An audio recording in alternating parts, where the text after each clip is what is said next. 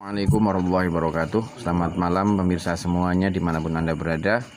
Kembali bersama saya di channel Mantri Ngapak.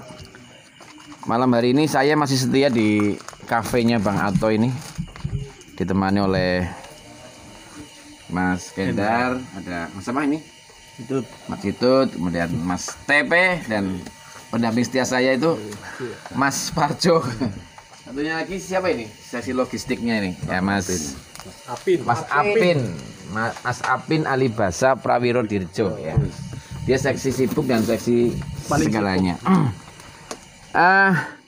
Malam hari ini saya bersama Mas Toto sebagai penulis di Kompasiana dan Mas Kendar, Mas Ito dan Mas membahas masalah isu yang paling terhangat yang ya masih hangat sekali lah.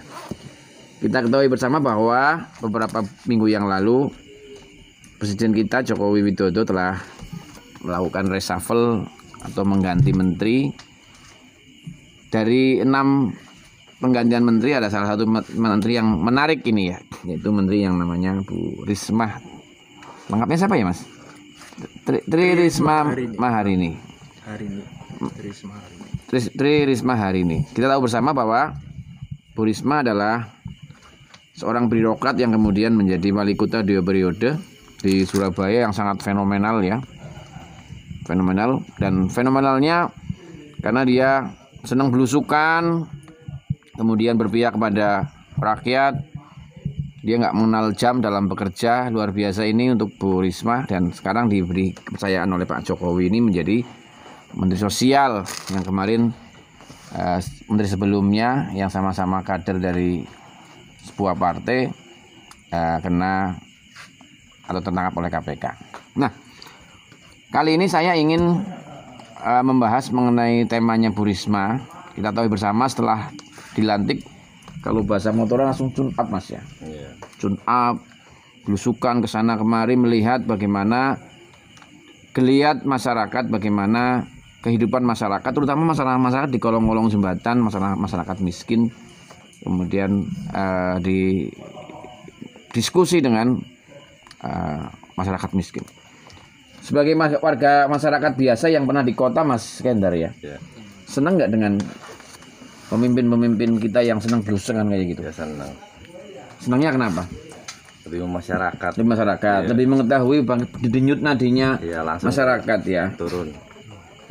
Mas Aping yang pernah di Bandung gimana Mas? Kalau ada pimpinan kok seneng ke bawah gitu, kira-kira gimana? Belum kemana-mana Pak. Belum kemana-mana ya. Tapi secara umum kita senang ya kalau. Oh pasti. Pasti senang ya Mas ya. Ya itu artinya bagus ya. Kerjanya bagus, kemudian artinya paling tidak perhatian terhadap masyarakat kecil, masyarakat miskin. Tetapi di balik itu yang namanya jabatan politis ya, tentu kadang-kadang frame-nya orang mengamati juga pengamatan politis ini ya. Nah malam hari ini ada Mas Toto ini yang penulis di Kompasiana. Ada beberapa ya frame-nya kan boleh-boleh aja ya. Kita frame-nya politis mesti hitung-hitungannya politis ya. Kita pakai baju aja kadang-kadang orang mengatakan oh ini mesti cenderung ke sana ya. Nah ini Tri Risma Maharini itu belusukan itu katanya curi start Mas Toto. Komentar Anda gimana ya? Ya kalau dibilang curi start ya tentu apa yang dilakukan oleh politikus tetap mendapat respon juga ya, mendapat respon dari pengamat politik ataupun dari politikus yang lain. Tapi kalau belusukan Risma sendiri, kalau menurut saya ya memang latar belakang Risma sendiri ya yang memang kepemimpinannya senang sebut style kayak kepemimpinannya memang belusukan itu tidak hanya dilakukan di Jakarta, di Surabaya juga Risma udah terkenal dengan belusukan ini. Tapi kalau misalkan untuk ditafsirkan ada unsur politis, saya kira ya bisa-bisa saja itu. Bisa-bisa saja namanya orang membaca ya. Orang membaca kontestasi politik ya arahnya ya tetap ke politik juga. Kalau masyarakat kayaknya kan kenal paling nggak tahu ya. Ya sedikit lah. Tahu yang mengamati dan kayaknya senang juga. Nah, itu juga pernah lihat kan di TV kan. Bu Risma ya. Ini Mas Toto. Ada yang paling hangat juga di media bahwa belusukannya Bu Risma itu, Bu Risma itu adalah dalam rangka tes case ya, pemanasan untuk menghadang incumbent ya. Gimana komentaran ini? Kalau berbicara menghadang incumbent untuk kalkulasi politik, semua sih mungkin saja. Semua mungkin. Karena memang PDIP juga di Jakarta adalah partai pemenang. Maka dari itu kan otomatis di pilgub berikutnya PDIP juga menyiapkan kader-kader potensial untuk bertarung di Jakarta. Dan mengapa belusukan Risma kemarin ditafsir sebagai kandidat kuat lawan dari Anies Baswedan, karena memang Tri Risma sendiri sebagai kader PDIP sangat potensial berlatar belakang dari wali kota Surabaya. Apakah masyarakat Jakarta itu kan masyarakat majemuk dan cenderung rasional ya, artinya dinamika politik begitu sangat cepat sana ya. Apakah model-model belusukan di kota Jakarta masih bisa Anda panjenengan melihat bisa mengambil hatinya orang Jakarta?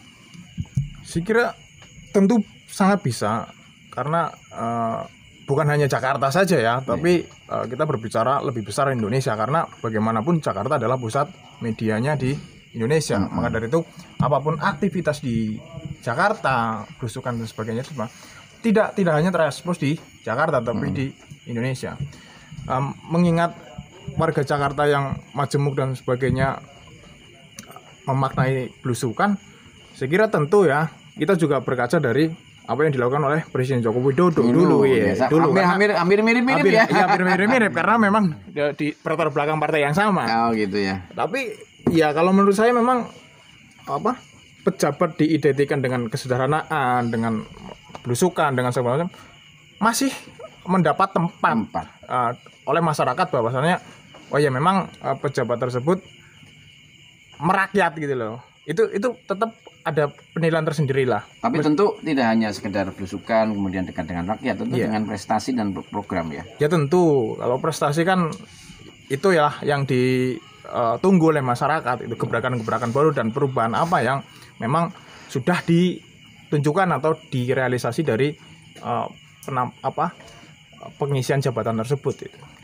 Kalau kita lihat feedback juga ke beberapa minggu yang lalu ya, di tahun yang lalu ya, di tahun 2020 kan yang sangat mengagetkan kita adalah FPI itu dibubarkan oleh pemerintah ya. Ngerti FPI ora kira? Ngerti ya? Kira-kira masyarakat dengan FPI ya komentarnya jenengan? Setuju dibubarkan ya? Ya setuju lah. Setuju ya dibubarkan ya. Jadi Sangat setuju. kenapa yang setuju dibubarkan? Ya karena apa ya? Memecah belah ya. Ya, Memecah belah ya. Iya. Apa namanya? Karena dewek ya. Iya. Karena ya bertentangan dengan Pancasila lah gitu. Oh begitu. Iya. Untuk kegiatan PPI kan gimana? Untuk tindak pidana kekerasan, merazia kira-kira nggak sepakat kan? Ya nggak setuju. Soalnya kan ada aparat itu yang aparat berwenang gitu. Nah ini Mas Toto ini kembali saya hubung-hubungkan nih, namanya politik kan kadang-kadang menghubung-hubungkan, frame-nya kan luar biasa ya ini. Satu sisi energinya incumbent kan sudah berkurang satu ya, karena penyokong kuat dulu waktu kita nggak menutup mata bahwa betul. Kemenangan incumbent ini kan memang topangannya dari kelompok itu ya. Apa artinya incumbent sudah skornya 2-0 dengan Bu Risma ini? Ya kalau menurut saya sih tidak juga ya, karena memang basis massa di Jakarta khususnya, masa rasional ya. Ya basis massa yang punya afiliasi dengan FPI sendiri saya kira tetap masih kuat karena memang FPI tumbuh dan besar di Jakarta ya. Tapi untuk skor 2-0 dan sebagainya yang menitik beratkan Risma tentu saya kira tidak rasional ya. Karena memang dominasi Anies dan Risma kalau lihat kalkulasi politik tetap Anies masih di atas itu, karena memang Risma juga belum ada gerakan menunjukkan citra di Jakarta itu. Ini baru ini kemarin ya. Jadi analisis politiknya juga belum diketahui sekali lah dengan itu. Tapi basis masa Anies Baswedan saya kira masih kuat di Jakarta, karena di Jakarta sendiri stereotipnya juga politik identitas begitu kuat ya. Oh iya. Di situ makanya untuk membandingkan Risma di Jakarta ya, walaupun masih ini floating mass-nya masih terlalu banyak ya, masa mengambangnya terlalu banyak. Ini lebih saya tegaskan lagi, ini kan ada agenda besar ya, 2022 dan 2024. Ini kan memang menarik, semua pasti akan hitung-hitungannya politis ya, pasti ya. Apalagi PDIP juga sebagai partai pemenang di pemilu, kemudian punya kader yang baik-baik, tentu Jakarta sebagai parameter politiknya ya, begitu maksudnya ya. Betul. Pemirsa, dimanapun Anda berada, sebelum saya akhiri saya ingin minta pendapat lagi dari teman-teman semuanya ya, sama nanti Mas Toto sebagai closingnya. Harapannya dengan buat Bu Risma gimana ini sebagai Menteri Sosial yang baru? Ya, semoga sih lebih baik dari menteri sebelumnya. Sebelumnya ya, berpihak pada rakyat jelas ya. Jelas. Untuk bantuan sosial di era pandemi, menurut jenengan? Ya, diharapkan sih terus lancar ya. Kemarin tepat sasaran nggak? Kurang tahu ya, Kurang tahu. pulang ya. Dan jenengan dapat nggak? BLT. Dapat tuh, dapat ya. Berarti pengen lagi ya? Ya kalau ada ya kepengen. Pengen lah. Ini kabarnya ini inovasi atau kemajuan yang dilakukan oleh Bu Risma adalah nanti ada uangnya uang virtual loh.